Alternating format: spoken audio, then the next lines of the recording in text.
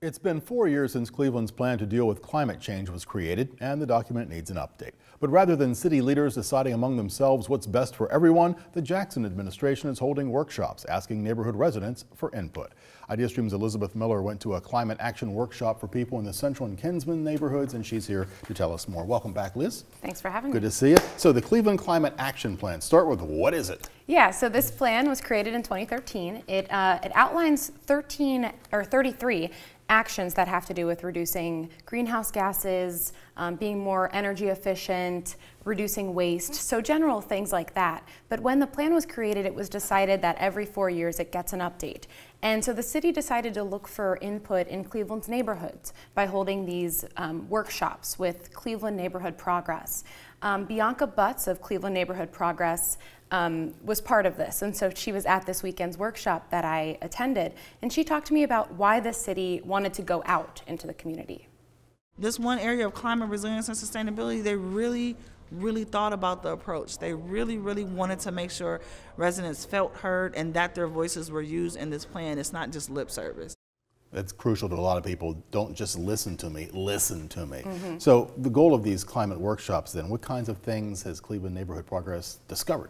Yeah, so as I said, the goal is to get the input and to hear from them, but also explain a little bit about climate change and sustainability and what those issues might mean on a day-to-day basis. And the typical environmental issues that you hear about at these workshops aren't the typical environmental issues you think about.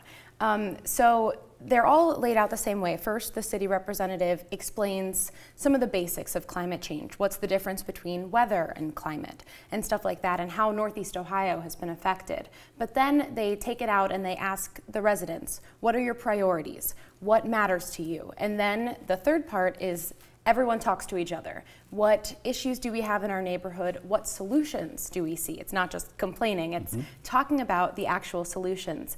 And so then these topics that they base their solutions around are land use, energy efficiency, as I said, and community engagement and public health. So Bianca Butts was one of the main organizers of the event, as I said, and I asked her how the response has been and what it's like to talk about some of these lofty topics like climate change that might seem really far away and scientific.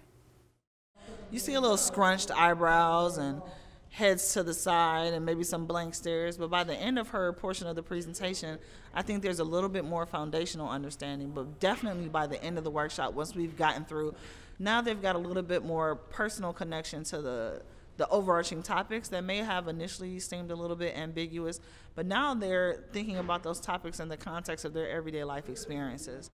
So Saturday I heard conversations about cleaning up vacant lots and holding events not just for tragedies like they might usually do in a neighborhood, but holding them to get the community out, meeting each other, meeting their neighbors. So you talked to a bunch of the Central Kinsman climate ambassadors. This is a role created from the Climate Action Plan. Tell me about what they had to say. Yeah, so the climate ambassadors are like on the ground volunteers. So they're the ones getting out and talking to their neighbors about different issues.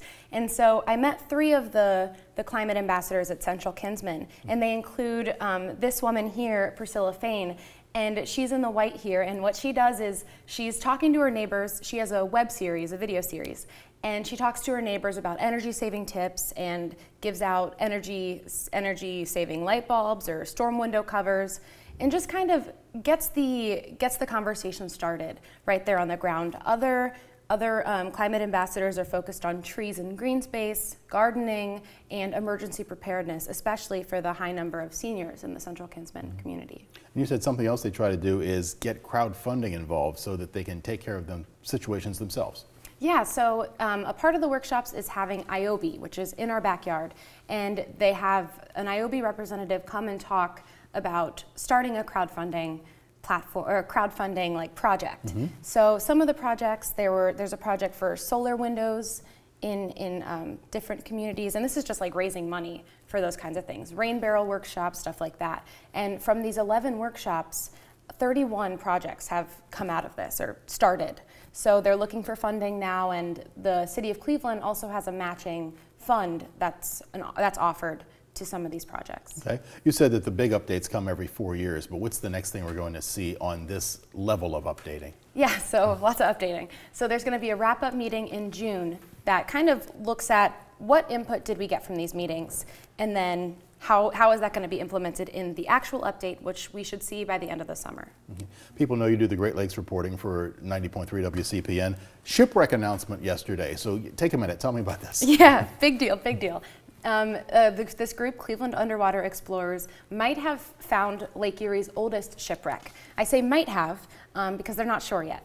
So 2015, the Cleveland Underwater Explorers were out exploring, and they saw what might be this ship called the Lake Serpent, which wrecked in 1829. And so they narrowed the search down from hundreds of possible shipwrecks to 3 based on size and location. And so this summer in July, they're going to search for the Lake Serpent. And so they're going to look and see if there's a carved serpent head at the front of the ship. They're going to check the cargo to see if it's limestone, which it was carrying from the Lake Erie Islands to Cleveland, and we might have our oldest shipwreck. Okay, Yeah. We'll have to have you come back and let us know once they figure out if it is indeed the Lake Serpent. Right. Ms. Miller, thanks so much for coming in.